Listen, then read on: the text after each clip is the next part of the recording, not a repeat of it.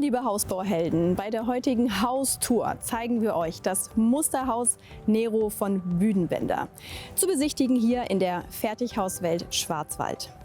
Ja, der Hersteller versucht mit diesem Haus hier eine Lösung für die Herausforderungen der aktuellen Zeit zu liefern. Wie ist es heute, ohne Förderung noch möglich, ein wirklich energieeffizientes Eigenheim zu bauen, ohne dass die Kosten dafür völlig aus dem Ruder laufen? Wir finden in diesem Haus eine diffusionsoffene und hochgedämmte Haushülle mit geringem Wärmebedarf, der dank der Photovoltaikanlage auf dem Dach und ausgereifter Haustechnik sogar größtenteils selbst gedeckt werden kann. Ja, wie das genau aussieht und was dieses Haus noch zu bieten hat, das schauen wir uns jetzt an.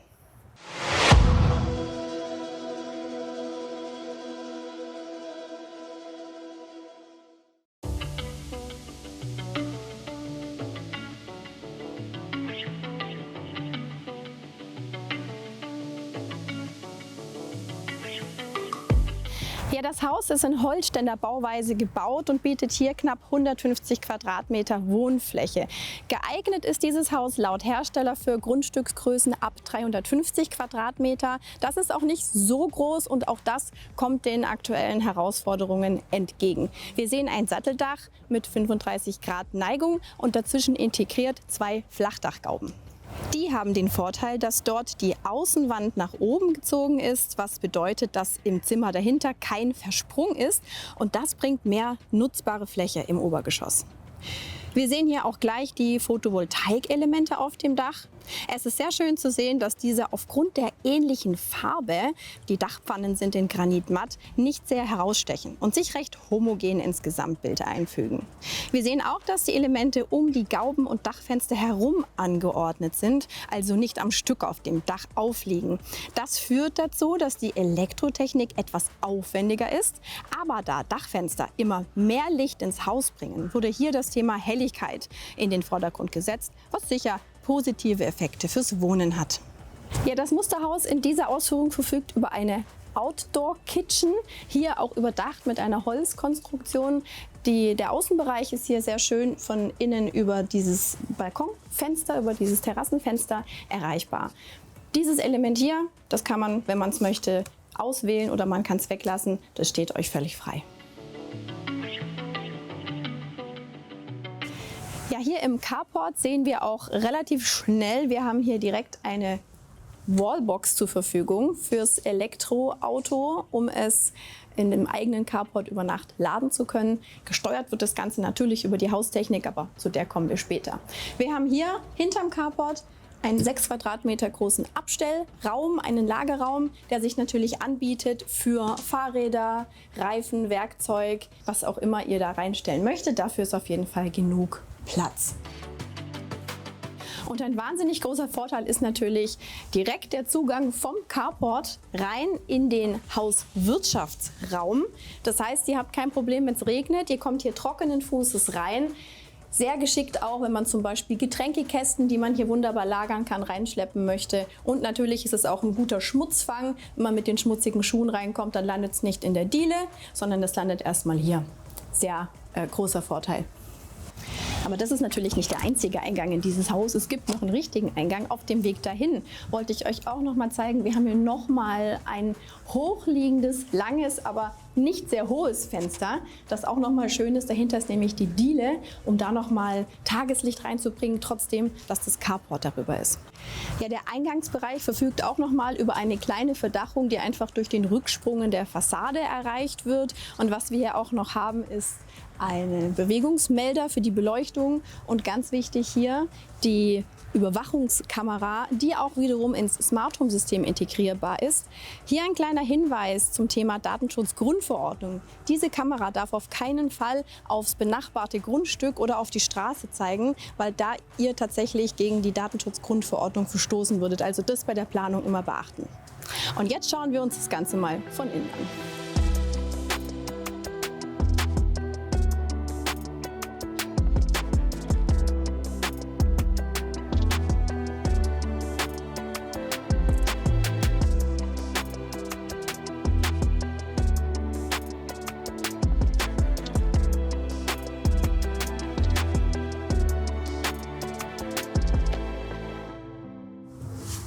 So, als erstes kommen wir in die Diele. Die Diele, die hat so 8,3 Quadratmeter, ist relativ großzügig bemessen. Sehr schön hier natürlich, dass wir gefliesten Boden haben, gut als Schmutzfang, gut wischbar, wenn hier alle im Winter oder bei Regen mit ihren schmutzigen Schuhen reinkommen. Hier sehen wir dieses gerade erwähnte Fenster nochmal von der Innenseite und können sehen, dass hier wirklich viel Tageslicht reinkommt. Ist für so einen Flur, für so eine Diele immer sehr einladend, der erste Eindruck Tageslicht. Und trotzdem eben auf der anderen Seite draußen das Carport liegt, das eigentlich ja Licht wegnimmt. Ganz kurz hier zur Info, hier haben wir eine typische Musterhaus-Garderobe. Für ein Musterhaus reicht es, wenn man 2, 3 Jacken und eine Tasche abstellen kann. Für eine Familie ist das zu wenig. Wir haben hier eine lichte Höhe von über 2,60 Meter und die Nische ist 65 cm tief. Das heißt, ihr könnt hier wunderbar auch einen Einbauschrank, eine Einbaugarderobe einmaßen. Gucken wir uns als nächstes das Gäste-WC an. Das Gäste-WC hat gute 2 Quadratmeter und wie ihr hier schon gut erkennen könnt, sieht man, warum dieses Haus den Namen Nero trägt, also schwarz. Denn überall im Haus ziehen sich diese schwarzen Details durch. Hier zum Beispiel die Toilette, die Spülarmatur, die Steckdosen. Das zieht sich durchs ganze Haus durch und das werden wir später noch mehr entdecken. Wie übrigens auch das Thema Holz, das wir hier am Waschtisch haben. Und auch hier ziehen sich sehr schön die gleichen Fliesen durch wie auch im Eingangsbereich.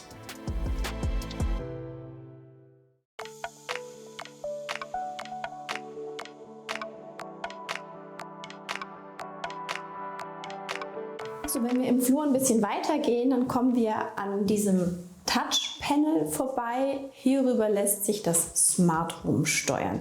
Das Ganze hier ist funkbasiert und was vielleicht noch wichtig ist zu sagen, es ist auch relativ kompatibel, zum Beispiel auch über Alexa, Siri und Co. Hierüber könnt ihr zum Beispiel Licht und Beschattung smart steuern und wie vorhin schon erwähnt, zum Beispiel auch die Gegensprechanlage und die Überwachungskamera an der Haustür. Und auch hierüber könnt ihr eure komplette Haustechnik smart steuern. Und die gucken wir uns jetzt im Hauswirtschaftsraum nochmal genauer an. So, hier sind wir im Hauswirtschaftsraum. Zudem gibt es hier ein bisschen mehr zu sagen, denn mit seinen 10,5 Quadratmetern, wie ihr schon sehen könnt, könnt ihr diese Fläche hier eigentlich ziemlich genau schon so nutzen, wie sie ist. Und das liegt an einem ganz besonderen System, das sich hierhinter verbirgt.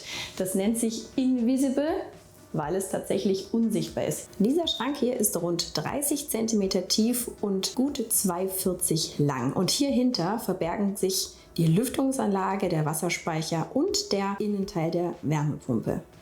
Für das alles hier würde man normalerweise so 6 bis 8 Quadratmeter Platz brauchen. Und da das hier alles sich hinter diesem Schrank verbirgt, habt ihr diesen Hauswirtschaftsraum und könnt ihn anderweitig nutzen. Zum Beispiel als Fitnessraum oder als Homeoffice, als Hobbyraum, wie ihr gerne möchtet.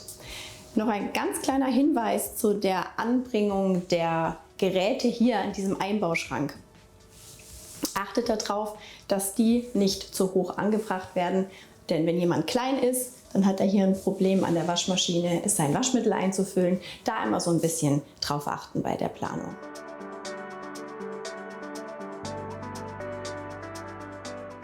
Und auch hierhinter verbirgt sich noch gut versteckt im Invisible-Stil sozusagen.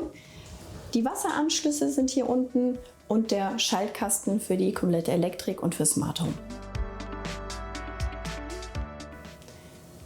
Ja, und das Einzige, was in diesem Hauswirtschaftsraum wirklich sichtbar außen ist, ist die Hausbatterie für die Photovoltaikanlage.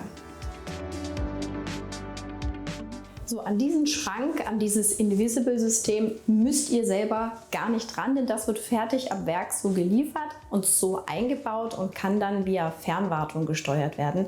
Das heißt, ihr habt damit dann am Ende nichts zu tun und es läuft trotzdem. Und es ist auch noch wichtig zu sagen, dass alle Geräte, die wir dahinter haben und die Wallbox und die PV-Anlage über eine Plattform gesteuert werden können. Das hat den Vorteil, dass ihr natürlich euch auch euren Energieverbrauch visualisieren und so noch besser optimieren könnt für einen möglichst nachhaltigen CO2-Footprint, für ein möglichst nachhaltiges und effizientes Wohnen.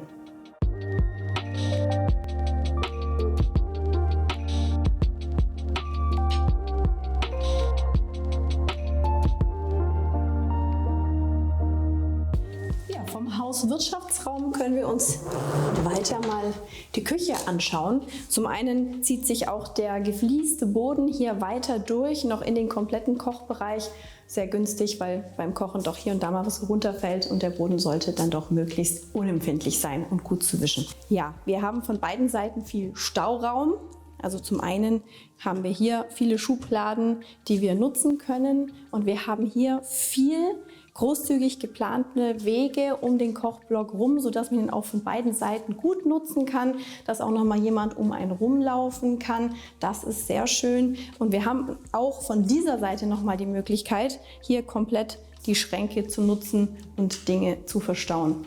Zur Planung auch noch mal, selbst diese Fenster hier, die großen Fenster, die man komplett öffnen kann, lassen sich problemlos komplett öffnen, und selbst wenn die komplett offen sind, hat man hier noch Platz, von beizulaufen, wenn es mal schnell gehen muss und das Wasser am Herd überkocht. Ja, und noch mehr Stauraum bietet dann noch diese 2 Quadratmeter, gute 2 Quadratmeter große Speisekammer mit einer Schiebetür, die natürlich auch dafür dient, dass wir hier keinen Weg versperrt haben und genug Platz haben, um uns hier zu bewegen.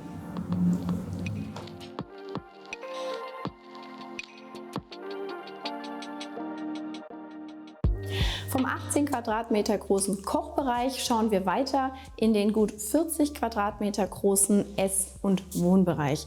Der gliedert sich hier über einen Essbereich, der so ein bisschen im Flur auf dem Weg zum Wohnzimmer angeordnet ist, und darüber ein großer Luftraum, der Helligkeit, Luftigkeit und Leichtigkeit bringen soll.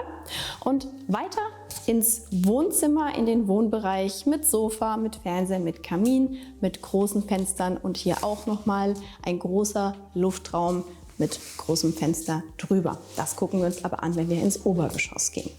Jetzt möchte ich kurz nochmal beim Essbereich bleiben. Und zwar möchte ich kurz eingehen als Tipp, als Hausbauhelden-Tipp. Wenn ihr so eine Bank an einem Fenster habt und so Kissen davor habt, wie hier, dahinter staut sich Wärme. Und wenn das Ganze dann nachts abkühlt, dann kann es sein, dass das Fenster thermische Risse bekommt. Das heißt, da mal ein bisschen drauf achten bei Bänken oder Stühlen, die an der Wand stehen, wo Kissen dran sind. Dann haben wir hier die Bank. Das ist auch noch mal so ein Thema. Bei der Bank ist es jetzt kein Problem, weil hier der Tisch, der steht so fest, wie er steht, und ihr müsst hier nicht nach vorne rücken, wenn ihr aufstehen müsst, beziehungsweise ihr habt hier genug Platz zum Aufstehen. Wären das jetzt hier Stühle, dann müsste der Tisch etwas weiter hier drin stehen, und auch die Stühle würden etwas weiter im Gang stehen, und dann sieht man schon, dass hier der Laufbereich etwas knapp werden würde für 1, 2 Leute, die aneinander vorbeilaufen wollten. Also da auch immer so ein bisschen dran denken, wenn ihr euer Zuhause plant, dass wirklich um so einen Tisch, auch wenn Stühle da stehen, genug Platz ist, um wegzuschieben, dass alle noch bequem laufen können und es sich nicht eng anfühlt. Gucken wir uns kurz das Beleuchtungskonzept hier an. Wir haben hier viele aufgesetzte Leuchten, die hatten wir auch schon in der Küche gesehen. Hier ist einfach noch mal dran zu erinnern, dass so ein Lichtkonzept, was sehr umfangreiches ist zum Planen, und alle diese Auslässe, auch wenn es aufgesetzte Leuchten sind, müssen im Vorfeld schon geplant sein. Das heißt, so ein Lichtkonzept immer gerne ein bisschen ausführlicher und frühzeitiger überdenken. Hier im Wohnzimmer sehen wir, dass in diesem Musterhaus jetzt ein Kamin angebracht ist. Ganz kurz vielleicht nochmal als Tipp hier, wenn ihr das bei euch so umsetzen wollt.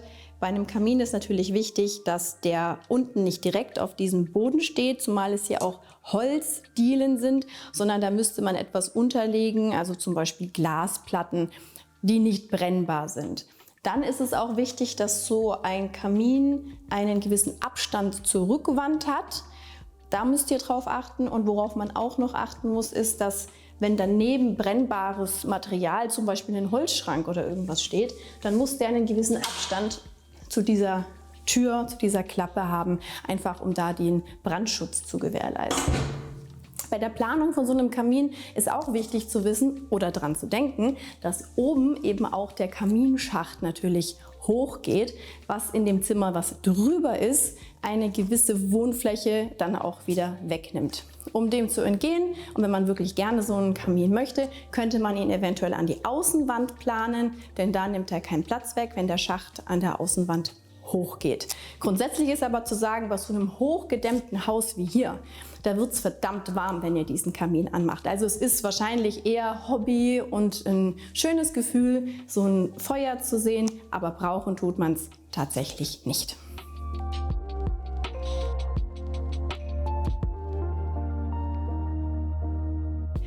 Ja, von hier schauen wir weiter ins Obergeschoss. Dort warten auch noch mal 2 Kinderzimmer, das Elternschlafzimmer mit Ankleidenische und ein Bad und eine Galerie auf uns. Und hin kommen wir über diese Treppe. Die schauen wir uns auch noch mal kurz genauer an. Das ist eine Wangentreppe mit Holztrittstufen. Wir haben auch hier wieder Schwarz und Holz, also die Nero-Elemente, die wir hier erkennen können. Das Ganze wirkt sehr filigran und luftig, da man ja durch die Stufen durchschauen kann. Und seitlich haben wir hier Verbundssicherheitsglas als Absturzsicherung. So kann die Treppe von allen Seiten schön wirken. Eingespannt ist dieses Verbundssicherheitsglas in diese Zapfen hier an der Treppe.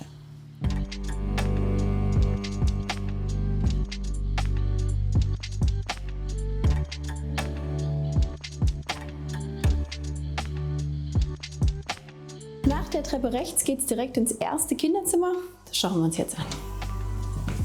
Ja, dieses Kinderzimmer hat knapp 11 Quadratmeter, befindet sich hier komplett unter der Dachschräge, aber da der Kniestock mit 1,45 recht hoch ist, könnt ihr das Zimmer trotzdem sehr gut nutzen. Und auf dieser Seite befindet sich der Kaminschacht, der sich dort befindet, weil unten der Kamin geplant worden ist. Wenn ihr euch gegen diesen Kamin entscheiden würdet, dann würde das hier wegfallen und würde nochmal Nutzfläche bieten. Oder wenn der Kamin eben an der Außenwand geplant ist, dann wäre das hier auch hinfällig. Vom Kinderzimmer kommen wir in die Galerie, die mit 12 Quadratmeter doch auch hier noch einiges an Platz bietet. Vor allem ergibt sich hier noch ein Raum, der sehr lichtdurchflutet ist, direkt unterm Dachfenster, den ihr zum Beispiel gut als weiteren Arbeitsbereich, als kleines Büro nutzen könnt. Auf den beiden Seiten sehen wir die Lufträume, die wir auch unten unter dem Esstisch und im Wohnzimmer schon sehen konnten. Hier ein kleiner Tipp für euch. Dieser Luftraum hier, der nimmt euch ein bisschen was an Wohnfläche weg. Wenn hier 2 Kinder wohnen mit 2 Erwachsenen, ist es eventuell interessant zu überlegen, ob man diesen Luftraum weglässt und stattdessen an dieser Stelle noch ein zweites Badezimmer einbaut. Das könnte euch in den Morgenstunden zum Duschen eventuell etwas Stress sparen. Von hier aus gehen wir weiter und zwar ins zweite Kinderzimmer.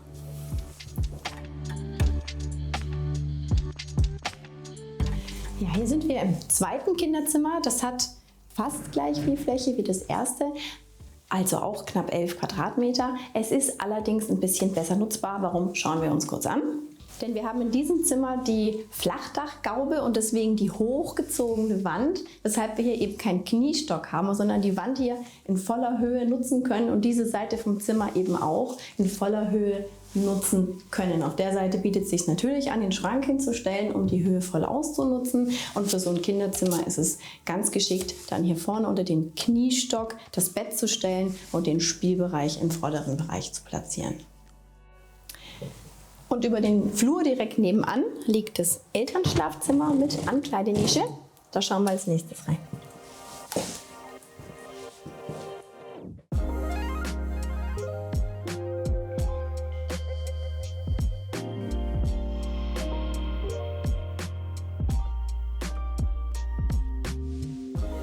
Das Elternschlafzimmer ist aufgeteilt in 2 Bereiche durch diese eingezogene Wand. Der Bereich hier vor der Wand, der Schlafbereich, der bemisst sich auf 10 Quadratmeter und der Ankleidebereich auf der anderen Seite von dieser Wand, der kommt auf 6 Quadratmeter, sodass dieses ganze Schlafzimmer für euch ca. 16 Quadratmeter Fläche bietet.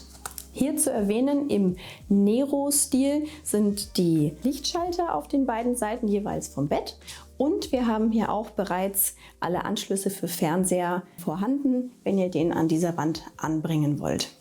Wenn wir mal rüber auf die andere Seite schauen, hier haben wir natürlich auch die Möglichkeit, über einen Einbauschrank zu arbeiten. Das wurde hier jetzt nicht so gemacht, aber wenn ihr einen Einbauschrank hier komplett einmaßen lasst, könnt ihr diese ganze Fläche noch besser nutzen und habt einfach keinen verschenkten Platz. An der Stelle aber der Hinweis, dass ihr bei der Planung der Steckdosen dann darauf achtet, denn hier haben wir eine hinter dem Schrank, die müsste dann entsprechend vorversetzt werden, dass sie nicht verdeckt wird. Und über den Flur wieder weiter anschließend befindet sich dann noch das große Badezimmer mit Badewanne und Dusche. Schauen wir weiter.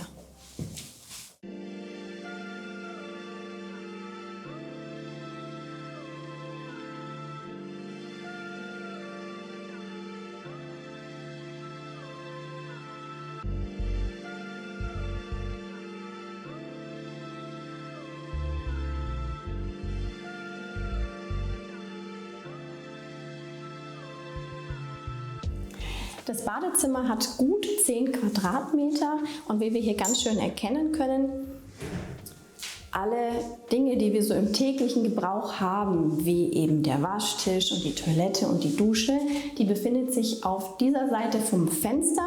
Hier kann der Nachbar reingucken, aber hier haben wir die komplette Privatsphäre, weil der Bereich nicht einsichtig ist. Auch hier zieht sich wieder das Element Holz durch, was wir an vielen Stellen schon gesehen haben. Und auch sehr einheitlich haben wir hier wieder die gleichen Fliesen, die wir auch unten im Eingangsbereich, im HWR, in der Küche und im Gäste-WC finden. Und wenn wir jetzt hier mal weiterschauen in den anderen Bereich vom Fenster, dann finden wir hier die große Badewanne, die mit Schwarz hier auch zum Nero-Stil passt. Auch wieder schwarze Armaturen, die Details passen zu dem schwarzen Konzept. Ja, liebe Hausbauhelden, das war die heutige Haustour. Wenn ihr noch mehr wissen wollt, dann schaut doch mal in unser aktuelles Heft. Denn dort findet ihr die ganze Story und auch noch mal mehr Infos zur Haustechnik und dem Nachhaltigkeitsaspekt von diesem Haus. Das Heft gibt es ab dem 1. Oktober am Kiosk und wo ihr es noch überall bekommt, verlinke ich euch in der Description. Dort findet ihr übrigens auch die Preisinfos und die Grundrisse. Und wenn ihr dieses Haus mal live erleben wollt, dann kommt doch hierher in die Fertighauswelt Schwarzwald in Kappel-Grafenhausen. Und wie immer gilt, wenn euch das Video gefallen hat, dann lasst uns doch ein Like da und abonniert den Kanal. Am besten aktiviert ihr die Glocke, um keins unserer Videos mehr zu verpassen.